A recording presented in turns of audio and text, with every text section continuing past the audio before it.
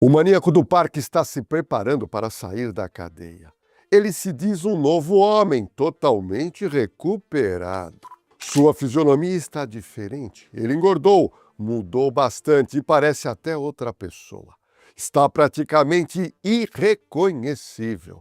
O maníaco do parque matou 11 moças, mas o interesse dele não era somente sexual. Se ela falar assim, eu vou devorar ela viva. Não era nem a prática sexual, era uma coisa muito canibal, né? O prazer dele estava em morder suas vítimas após matá-las. Morder a carne, sentir a carne. Para a surpresa de todos, Francisco de Assis Pereira recentemente arrancou todos os seus dentes da boca. Mas pera um pouquinho, por que será que ele fez isso? Será que o motivo é facilitar a sua saída da prisão, que está prevista para 2028? Meu nome é Jorge Lordello e se prepara, pois eu vou te colocar na cena do crime. E o autor dessa história é o chamado maníaco do parque. O que eu vou contar agora vai te surpreender. A minha equipe de produção conseguiu fotos recentes do maníaco do parque e muita gente tem a impressão que ele está se feminilizando. Qual a sua opinião? Ele está se tornando uma pessoa afeminada ou está inventando um personagem querendo passar a imagem que ele não tem mais atração e interesse por mulheres? Será que tudo isso é um truque dele ou ele realmente tem vontade de se tornar uma mulher trans? Não podemos esquecer que no vídeo anterior que eu gravei falando tudo sobre a vida de Francisco de Assis Pereira e os seus crimes de morte, um psiquiatra disse que ele matava as mulheres, pois no íntimo ele queria ser uma mulher. Estou colocando um card aqui em cima para você saber tudo sobre as moças que o maníaco do parque matou. Condenado pelo assassinato de 9 moças jovens, ele planeja mudar de nome assim que ele for libertado, provavelmente em 2028. Ele disse recentemente, abre aspas, sou um novo homem, aquele Francisco não existe mais. Atualmente, ele divide espaço com outros 6 condenados por estupro. É a chamada cela do seguro. Conseguimos foto recente dele e perceba que ele mudou bastante a sua fisionomia, pois ganhou vários quilos. Olha, para mim, é muito curioso ele ter engordado de uma hora para outra. Minha equipe de produção descobriu que ele está pesando mais ou menos 120 quilos. Será que isso foi programado pela mente doentia dele? O que você acha? Francisco de Assis Pereira afirma ter passado por uma transformação após ser batizado por evangélicos em 24 de abril de 1999, quando ele estava na penitenciária de Itaí, interior de São Paulo. Desde então, diz não ter mais pensamentos violentos ou desviantes. Hoje, atualmente, ele se dedica à oração e também à meditação. Ele disse recentemente, abre aspas, até quando vou caminhar, estou meditando na palavra. Apesar da religiosidade, ele não pede perdão às famílias das vítimas, abre aspas, Deus já me perdoou. Questionado se falaria com os parentes, respondeu que sim, mas limitou a sua mensagem numa frase pequenina, abre aspas, a conversão é o único caminho. Francisco de Assis Pereira está preso há mais de 27 anos e o mais curioso é que ele parece que não envelhece. Ele matava suas presas com uma frieza jamais vista na história policial brasileira. Se posicionou de uma forma bem prostíbula no chão. E foi dado um laço no pescoço dela. Ele somente se interessava por mulheres jovens. Ele matava as vítimas na surpresa e de forma rápida. Uma coisa de mim, uma vontade, eu não sei que vontade. Era uma vontade de alguma coisa. E eu saía como se fosse para caçar alguma coisa. Ele explica com riqueza de detalhes. Não faz nada, fica quieta. Foi aonde que eu peguei ela e por trás eu comecei a beijar ela e beijando, depois eu eu peguei ela e enforquei ela, eu matei ela. Ele tinha satisfação sexual nos mortos. Ela começou a me satisfazer, eu me masturbava muito nesta época. 7 corpos de mulheres foram encontradas no Parque do Estado e ainda 4 vítimas continuam desaparecidas. Francisco de Assis Pereira seduzia as moças com uma carreira de modelo. A lábia dele era tão grande e era a arma dele que ele possuía para convencer as vítimas a irem com ele de moto tirar algumas fotos num ambiente com muita vegetação. Ele conta como abordou a segunda vítima que levou para o Parque do Estado. Ela estava só e os carros atrás paravam, buzinavam, né? Que ela estava de uma forma aparente, bem atraente. E todos que passavam ali, ela estava chamando atenção. E foi aonde que aconteceu. A prática mais usual para matar era a asfixia no pescoço das vítimas. Asfixiada pelo pescoço, né? Com a madeira. Especificamente teria explicação, mas precisaria perguntar para ele. Não existe assim um padrão. Quem faz assim é tal, quem faz assado é tal. Então teria, mas precisaria perguntar para ele por que ele usava esse método e não um outro. Você deve ter reparado nas falas de Francisco de Assis Pereira que o tom de voz dele nunca se altera. Ele conta das mortes com voz baixa e com total tranquilidade. Em momento algum, ele mostra algum tipo de emoção. É como se ele estivesse contando algo absolutamente normal e corriqueiro. Deitei do lado dela, chorava, né? Um choro falso, né? Hoje eu entendo isso. Né? E comecei a acariciar o corpo dela. O fato dele estar calmo nas entrevistas e nas entrevistas que ele faz, e nos interrogatórios, etc. Isso é absolutamente comum, é padrão desses indivíduos chamados condutopatas, ou psicopatas, sociopatas, loucos lúcidos, loucos morais. É o comportamento deles, porque para eles não existe ressonância afetiva com a sorte das vítimas. Aquilo tanto faz. O que incomoda esses indivíduos é justamente aquilo que recai de ruim sobre eles. Por exemplo, estar preso, ter sofrido alguma sanção, mas não o fato de ter cometido aquele delito. Então, essa calma, esta forma assim, aparentemente natural e normal, ou insensível, ou absolutamente distante, faz parte da personalidade desses indivíduos fronteiriços. Mas o que mais impressionou a minha equipe de produção foi quando nós descobrimos que depois de matar as mulheres, ele tinha o prazer de mordê-las e arrancar pedaço. Era uma vontade maldita. Não era o sexo, não era de matar, era de mastigar a carne. Ele mesmo diz que tinha uma possessão dentro dele, ou seja, ele deseja a carne da vítima na boca. Com vontade da carne, da carnalidade. Não é o desejo de matar, o desejo da carne. Não foi bem aquela mordida de arrancar pedaço, né? Foi mordidas, não chegou a arrancar. Bom, aí é um instinto. É um instinto ruim dele. Eu vou pôr como uma regressão à fera que o homem já foi e que transcendeu essa fera, né? Mas na escala evolutiva ele é uma fera que mordia para se alimentar. Então isto faz ou para atacar. Né? No caso dele, atacar. Então é um rebaixamento àquele grau de fera, fera primitiva, não é? Perguntado se ele poderia voltar para a sociedade e não colocar em risco as mulheres, veja o que ele respondeu. Tenho plena certeza disso. Eu não me acho normal. A palavra me convence de ser uma pessoa normal. A palavra de Deus me convence. Depois de muitos anos em que ele está preso, Ele acredita que aprendeu com os erros cometidos. Logo no começo eu ainda não estava liberto, eu estava passando por um processo de libertação espiritual, então eu estava sujeito o quê?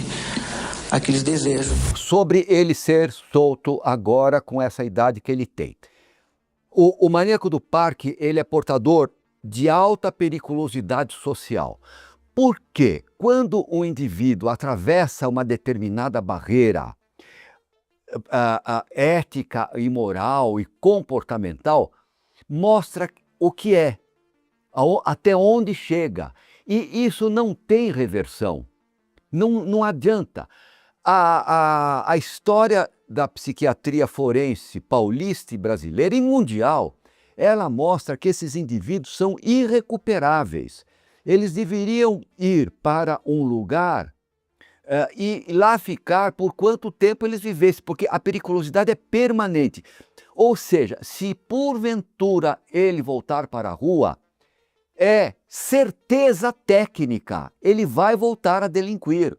Vai acontecer alguma coisa. Não sei que tipo de delito, isso é impossível dizer, mas que vai voltar para o sistema penitenciário, vai. Agora, quem fez essa lei, essa lei que dá essas benesses, etc. e tal, esses são os culpados.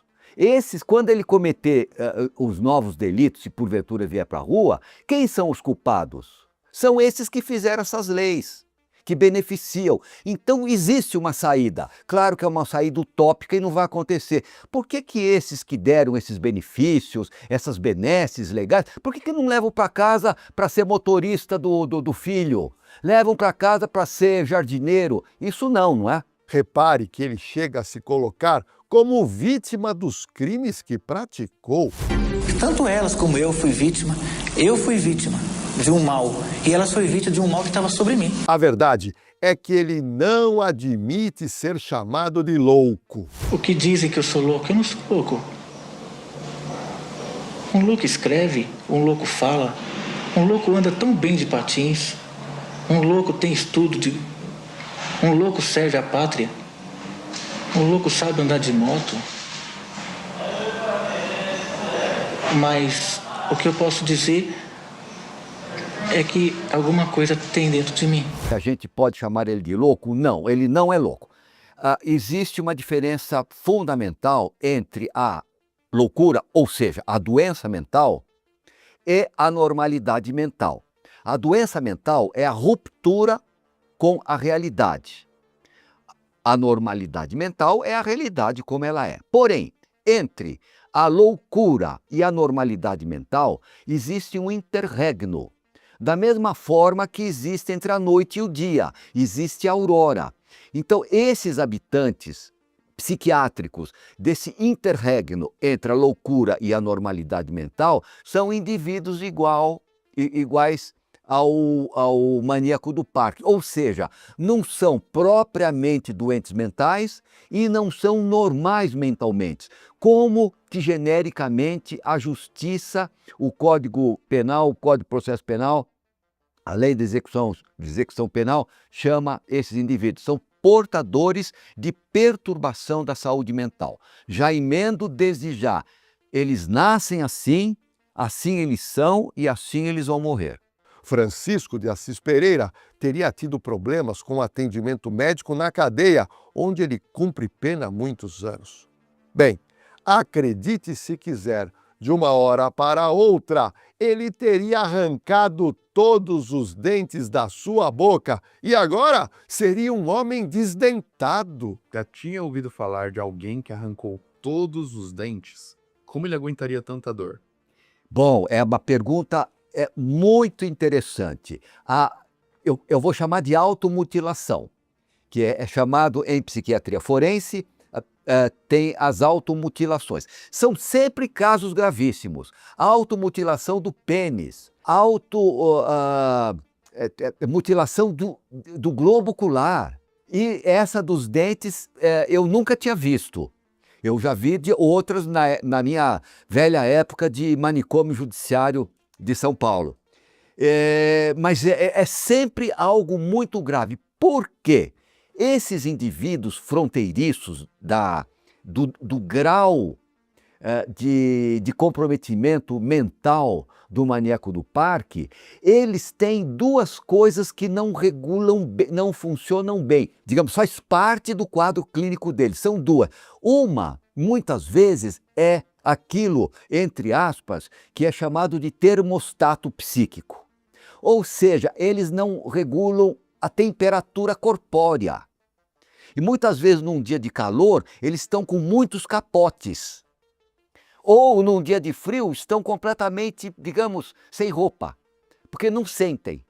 E outra é a dor. Não é que são imunes à dor, mas acontece de uma outra maneira no psiquismo deles. E no caso do Francisco, está aí uma das provas de ter tirado todos os dentes, né? Olha, se toda essa história criminal do maníaco do parque te inspira a seguir carreira na área policial, eu preciso apresentar para você o Instituto Oliver, que é, hein, a maior escola preparatória para carreiras policiais do Brasil. Gente, são mais de 2.500 alunos do Instituto Oliver que já passaram nos concursos para PM, Polícia Civil, Polícia Penal, GCM, PF, PRF e muito mais. Além dos cursos preparatórios que o Instituto Oliver tem, eles também oferecem cursos superiores, sequenciais, tecnólogos, bacharelados, pós-graduação e também o EJA, para quem precisa concluir os seus estudos. Então, acesse o site ou escaneie o QR Code que está disponível na tela e dê o próximo passo na sua carreira com o Instituto Oliver. A notícia que surpreendeu a todos é que o maníaco do parque teria um problema odontológico congênito, que lhe causava certo incômodo, certa dor na arcada dentária. Bom, a saída que ele teria encontrado teria sido arrancar com as próprias mãos todos os dentes da sua boca. E para ele conseguir fazer esse feito, que pouca gente acredita que isso é possível, ele utilizou para essas extrações, sabe o quê? Linha de costura de bola. É isso mesmo. Ele trabalha na penitenciária, ele vai costurando as bolas com uma determinada linha mais grossa e ele utilizou, pelo menos é essa informação que chegou para a gente, ele utiliza essas linhas e ele foi arrancando dente por dente. A advogada, a doutora Caroline Landim, confirmou essa versão. Ele quem fez a extração. Até pediu para ser atendido, mas provavelmente não houve uma estrutura para atender a demanda. Como houve demora e ele sentia dor, decidiu arrancar sozinho. Arrancar os dentes pode ter algum significado psicológico? Agora, com a repercussão que teve na internet, muita gente está tentando atrelar o fato de que ele mordia as vítimas de já mortas, talvez demonstre algum tipo de arrependimento. O que o doutor acha sobre isso? Quem pensa assim, posso responder com sinceridade? Eu vou responder no sentido etimológico, para não ser ofensivo. É um imbecil. In é negação. E bacillum é bastão. Imbacillum é aquele que não tem o bastão, não tem o apoio do bom senso ou da inteligência. Claro que não. Isso é mais uma demonstração da anormalidade mental dele. Não há arrependimento nenhum. Não tirou o dente por arrependimento. Alguém tira o dente por arrependimento? Onde se viu isso? Essa interpretação não existe, esqueçam. Depois, ele teria pedido, lá na penitenciária onde ele está, que ele queria novos dentes de porcelana, que é claro, é muito oneroso. Francisco de Assis Pereira, mais conhecido como Maníaco do Parque, tem atualmente 57 anos de idade e está preso há mais de 27 anos. Ele tem soltura prevista para 2028, ou seja, em menos de 3 anos ele deverá ser colocado em liberdade em razão de cumprimento integral da sua pena. Gente, acredite se quiser, ele nunca passou por uma análise psicológica, ele nunca passou por tratamento psiquiátrico desde que ele foi preso há 27 anos. A atual advogada do serial killer, a doutora Caroline Landim, explica que o detento, o cliente dela, foi diagnosticado com transtorno de personalidade antissocial, que não tem cura. No entanto, ele não recebeu nenhum acompanhamento que o preparasse para a liberdade. Não tem tratamento.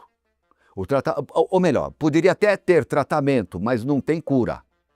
Não há, ele nasceu desse jeito, se desenvolveu e assim ele vai morrer. E outra coisa, ele não foi para casa de custódia de tratamento psiquiátrico, ele foi para presídio comum. Ele teve pena corporal, não medida de segurança, então não se fala em tratamento. Deixa eu relembrar um pouco o que aconteceu com o maníaco do parque. Francisco de Assis Pereira ele foi condenado em 1998 e nunca teve laudos médicos atualizados. Ele foi preso em 4 de agosto de 98 e ele confessou o assassinato de 11 mulheres, mas a polícia encontrou apenas 7 corpos. Os outros ainda não foram encontrados. A minha equipe de produção esteve lá no Parque do Estado para fazer algumas filmagens. O local é muito grande e, por isso, 4 corpos devem estar lá, mas até agora a polícia não encontrou e as famílias têm apenas o BO de desaparecimento. Criminalmente, então, ele respondeu por 7 mortes, acusado de 7 homicídios qualificados e respondeu por estupro também, ocultação de cadáver e atentado violento ao pudor. Bom, na época dos crimes, Francisco passou por um teste psicológico que trouxe o diagnóstico de transtorno de personalidade antissocial.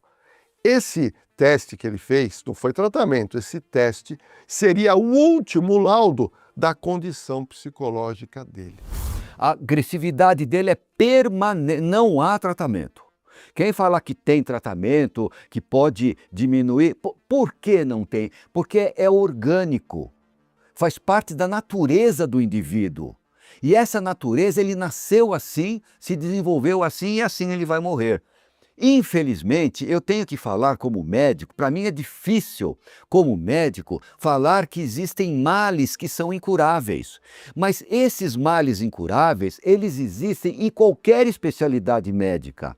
Não é só na psiquiatria. Na psiquiatria, infelizmente, também existe. E o caso do Francisco é um deles. Eu quero que você que me assiste entenda uma coisa. Ele poderá realmente ser solto em 2028, mesmo tendo sido condenado a mais de 280 anos de cadeia. Deixa eu te explicar. Nosso Código Penal brasileiro limita o tempo de cumprimento de pena. Na época da condenação do maníaco do parque, o tempo máximo de cumprimento de pena era de 30 anos. Só que em 2019 houve uma mudança legislativa no artigo 75 do Código Penal e aumentou o limite de cumprimento de pena para 40 anos e até hoje a pessoa pode cumprir no máximo 40 anos. Só que essa nova regra só se aplica aos crimes cometidos a partir da vigência da lei em 2020 e não tem efeito em condenações anteriores. Por isso, o maníaco do parque ele tem que cumprir no máximo 30 anos. Então, há uma possibilidade grande de em 2028, pelo mês de agosto, ele seja colocado em liberdade. A advogada, a doutora Caroline Dandim, que representa o maníaco, disse recentemente em entrevista: como ele está em poder do sistema penitenciário e não tinha nenhum advogado, não foi feito pedido por aconselhamento médico. Não teve nenhum profissional habilitado para fornecer novos laudos. Ele também nunca pediu e nem foi favorável a isso, mas entende que precisava ter tido esse acompanhamento. Era um dever do Estado, mas que nunca teve. Francisco de Assis Pereira ficou por mais de 10 anos sem receber visitas ou acompanhamentos legais. Ele atualmente cumpre pena na penitenciária da cidade de Iaras, que fica no interior de São Paulo. A doutora Caroline Landim, advogada, explica que os últimos advogados dele, que representaram o Francisco de Assis Pereira, trabalharam à época do julgamento dele. Só que depois do julgamento, ele não teve mais representante legal, ele não teve mais advogado.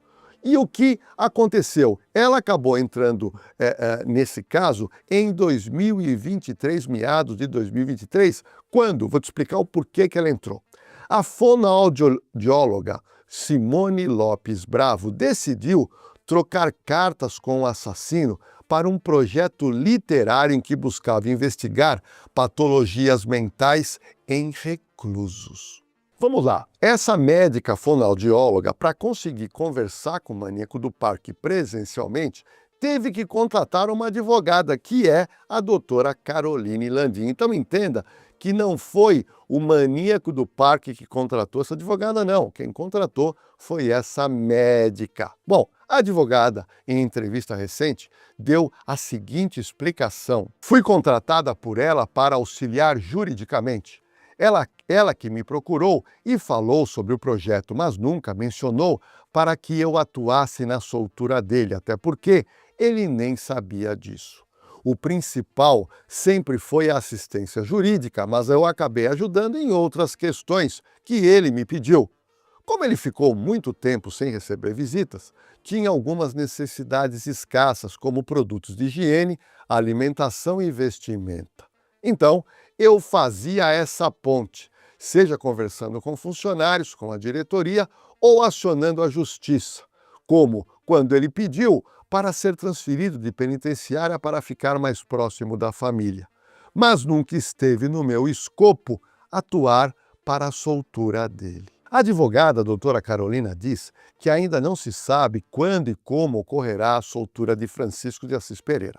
A advogada afirmou ainda que ela não deve atuar como um pedido de liberação dele da cadeia, porque até agora essa não foi a demanda que consta no contrato que ela fez com essa médica que contratou os seus serviços. A advogada explicou também que, segundo a lei, ele deve ser posto em liberdade em 2028. No entanto, há alguns dispositivos judiciais que possam intervir na forma em que essa liberdade ocorra. A advogada do preso explicou, abre aspas, segundo a lei, ele precisa ser posto em liberdade porque é o tempo de cumprimento de pena. Mas como o Ministério Público atua como um fiscal, é do interesse da entidade que a sociedade esteja protegida. Então, o MP pode fazer um pedido para saber a real situação dele e ver se ele tem condição de retornar à sociedade ou não. A partir disso, o caso teria que ir para uma esfera civil.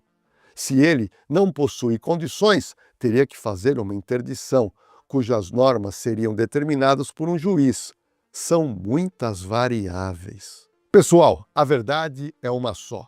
É essencial que exista um novo teste psicológico para a soltura do Francisco. A advogada afirma que a Constituição Federal prevê que é dever do Estado oferecer saúde aos reclusos, mas como isso não ocorreu, um novo teste, na minha opinião, é essencial para verificar se ele pode ser solto ou não quando ele cumprir a pena. A doutora Carolina entende que ele deveria passar por acompanhamento médico para sabermos a real situação dele hoje e ela está certa. Somente uma junta psiquiátrica para fazer essa avaliação. Será que Francisco, depois de 30 anos, não vai mais ser perigo para a sociedade?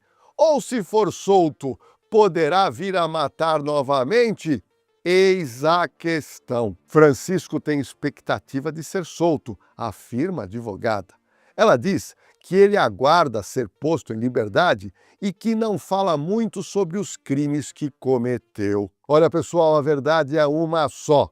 Quando o assunto é maníaco do parque, a polêmica não acaba fácil, não. Bom, eu quero saber, e você? O que achou dessa história dele arrancar todos os dentes da boca? Qual é a sua opinião?